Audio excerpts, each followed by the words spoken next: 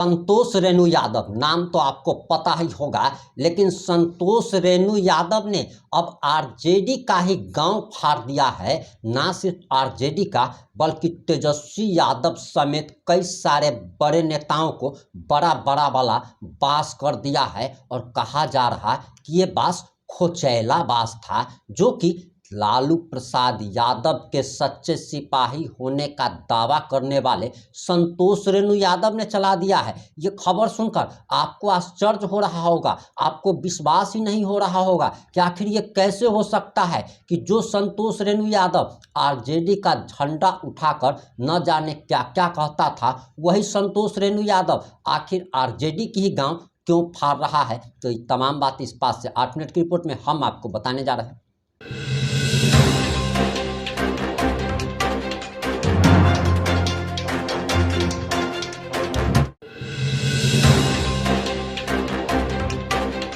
नमस्कार, मैं प्रिंस कुमार सिंह और आप देख रहे हैं पॉजिटिव इंडिया। अगर अभी तक आपने चैनल को सब्सक्राइब नहीं किया है तो खबरों से अपडेट रहने के लिए कृपया चैनल को सब्सक्राइब कर लीजिए। और जो लोग ऑलरेडी कर चुके हैं उन तमाम लोगों को से हृदय धन्यवाद। अब वापस आते हैं हम अपनी खबर पर, और संतोष रेणु यादव का ये बदला रूप आपको जरूर पसंद आएगा। आप जरा ये बयान सुनिए। एक प्रकार की कहें तो नारायणी सेना अपने भाई तेजस्वी यादव जी के पास छोड़ करके पिताजी की फेसबुक पे आज्ञा मिलने के बाद वनवास की तरफ चल दिए। हालांकि परमादरणीय श्री लालू प्रसाद यादव जी ने खुल करके कभी तेज प्रताप यादव जी का विरोध नहीं किया, लेकिन कुछ जयचंद और जयचंद के संरक्षक, जिनका कहना था कि शायद लालू प्रसाद यादव जी ने बाहर किया। खैर, हमारे नेता अभिभावक और पारिवारिक मूल्यों को तरजीह देते हुए अपने पिता की आज्ञा का पालन करते हुए वनवास को स्वीकार कर लिया। एक तरफ वनवास को स्वीकार करना था, पिता की आज्ञा का पालन करना था, दूसरी तरफ बिहार के उन करोड़ों माताओं, बहनों, बेटियों, अभिभावक, युवा साथियों की उम्मीदों पे खरा उतरना था, जो लगातार अपने सपने को टूटते हुए देखकर, अपने उम्मीदों को टूटते हुए देखकर किसी खेवनहार का इंतजार कर रहे थे। और वहां पे हमारे नेता माननीय श्री तेज प्रताप यादव जी भला अपने जनता मालिकों के सपनों को चकनाचूर होते हुए कैसे देख सकते थे। और इसी के फलस्वरूप उन्होंने जनशक्ति जनता दल का गठन किया और फिर चल पड़े पलायन से लड़ाई लड़ने के लिए, बेरोजगारी से लड़ाई लड़ने के लिए। बिहार जो एक अपमान का शब्द बन गया था, उस अपमान के शब्द से लड़ाई लड़ने के लिए, सम्मान की तरफ ले जाने के लिए लड़ाई कोई आसान नहीं थी। लड़ाई में एक तरफ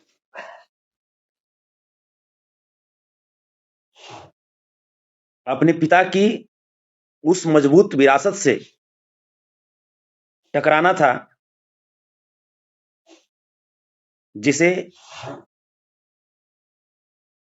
अपने छोटे भाई के साथ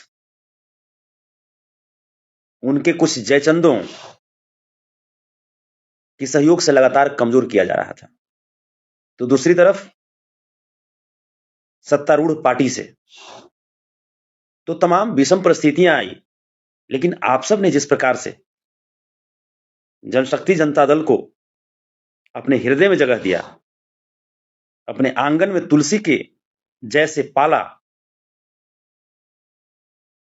यह देखकर हम लोगों का मनोबल कभी कमजोर नहीं हुआ।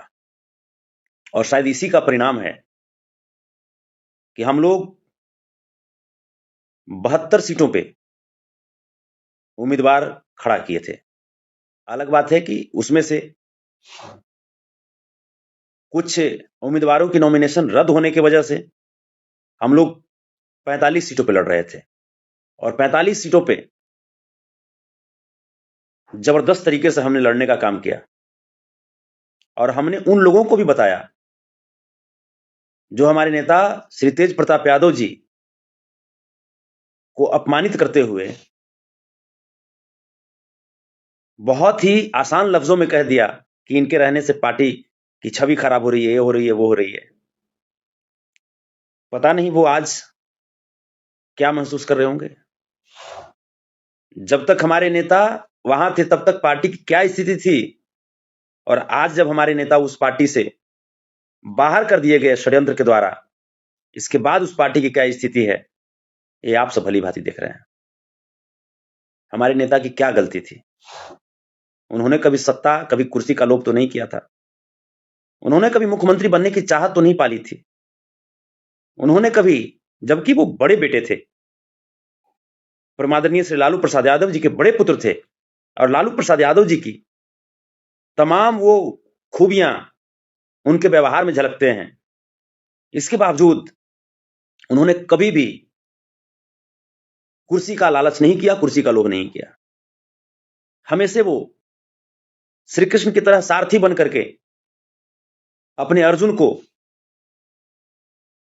कुरुक्षेत्र का विजेता बनाना चाहते थे, हस्तिनापुर की गद्दी पे बैठाना चाहते थे। लेकिन अर्जुन को कुछ और ही मंजूर था, नियति को कुछ और ही मंजूर था और घमंड के आगे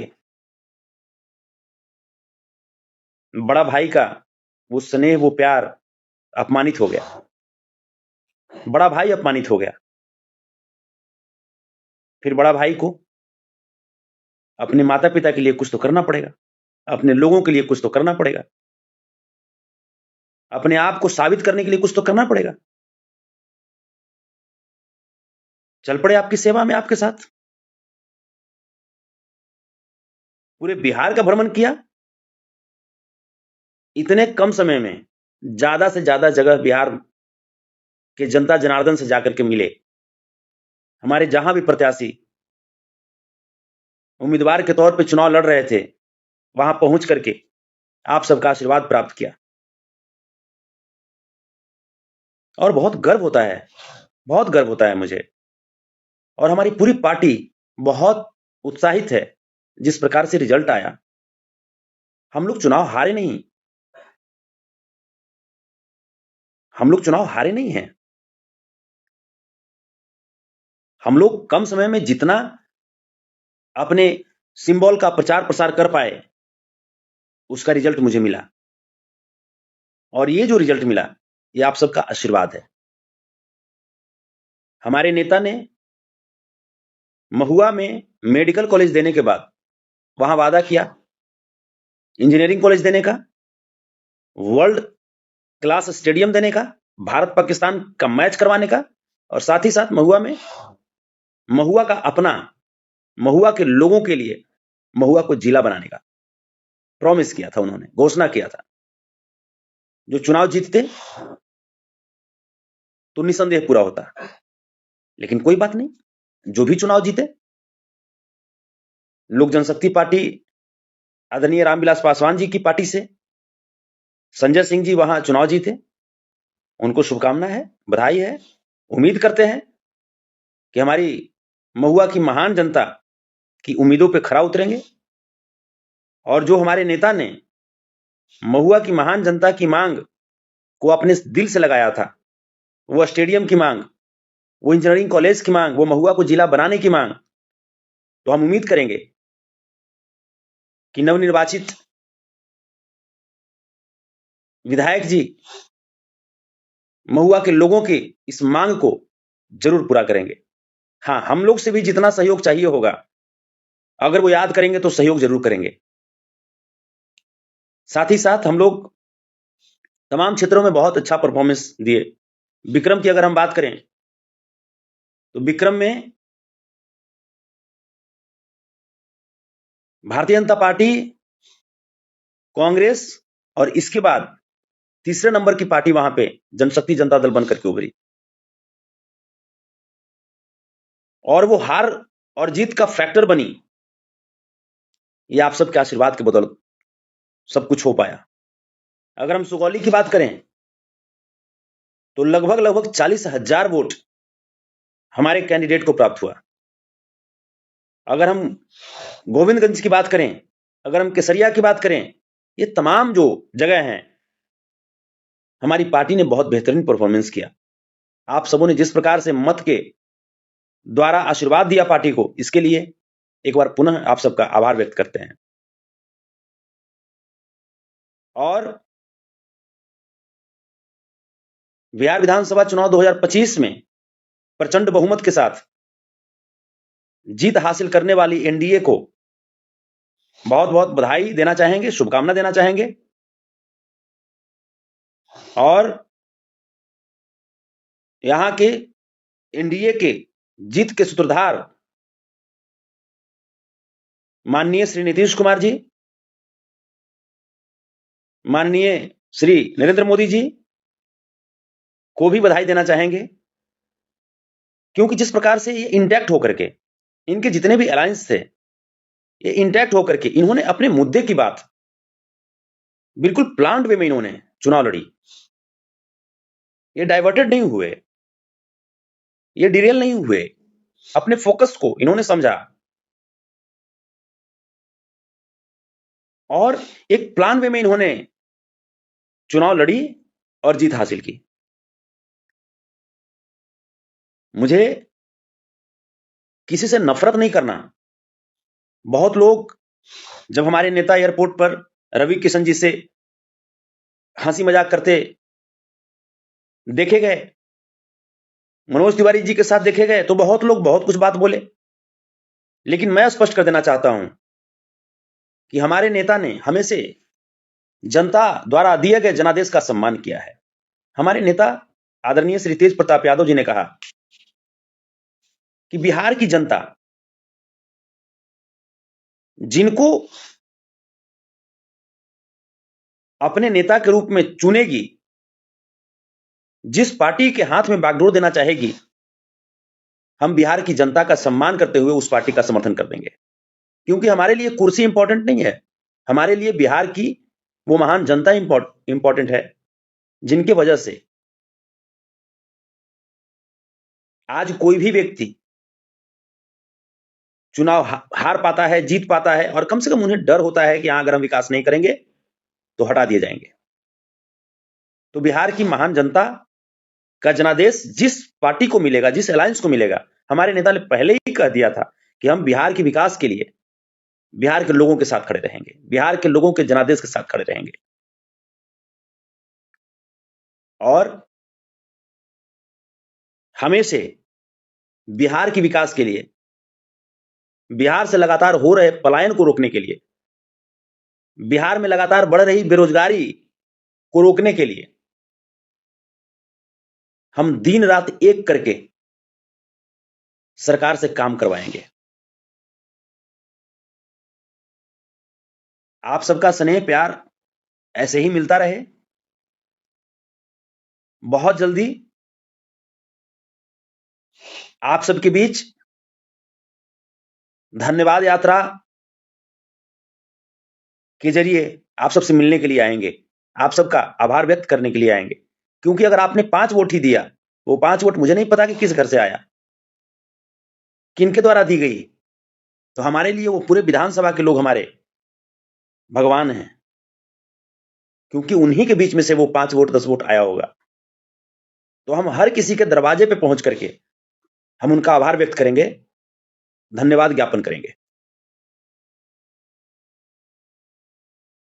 और जनशक्ति जनता दल लगातार आपकी उम्मीदों के अनुरूप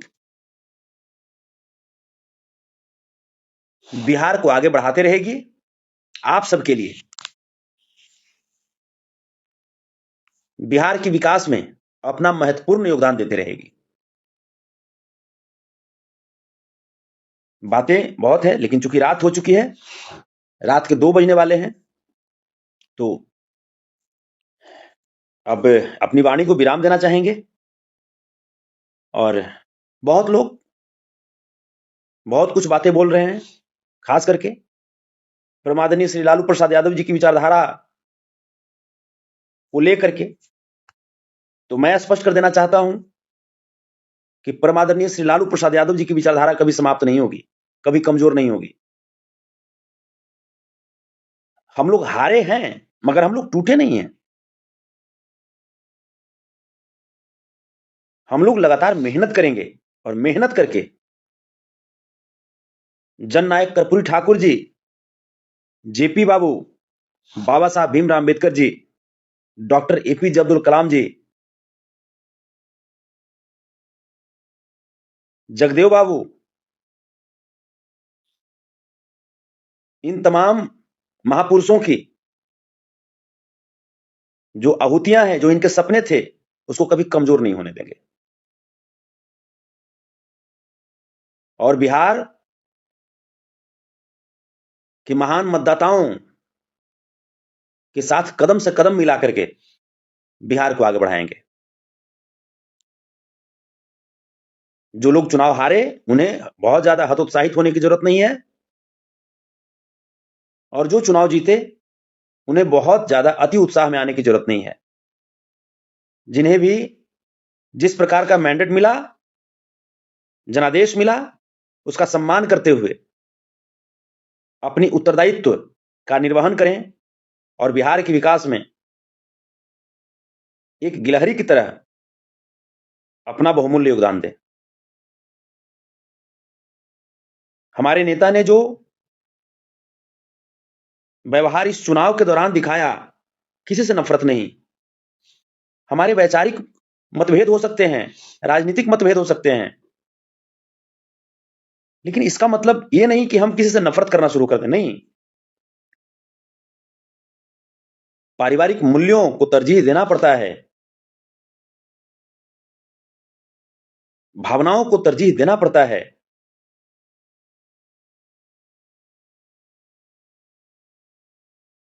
और हमने सबसे प्रेम से बातें की, नफरत किसी से नहीं। जाति धर्म क्या होती है यह हमने नहीं जाना, सबको सीने से लगाया, सबको गले लगाया, सबसे हाथ मिलाया। और यही हमारे आदरणीय नेता श्री तेज प्रताप यादव जी की विचारधारा है। हम लोग हाथ से हाथ मिला करके बिहार को सींचेंगे, आगे बढ़ाएंगे, नफरत करके नहीं। क्योंकि नफरत से नफरत पैदा होती है, और अगर प्रेम की एक लौ जला दें तो प्रेम की पुंज बन जाती है, प्रेम का वातावरण बन जाता है। तो हमें नफरत नहीं, हमें प्रेम बांटनी है।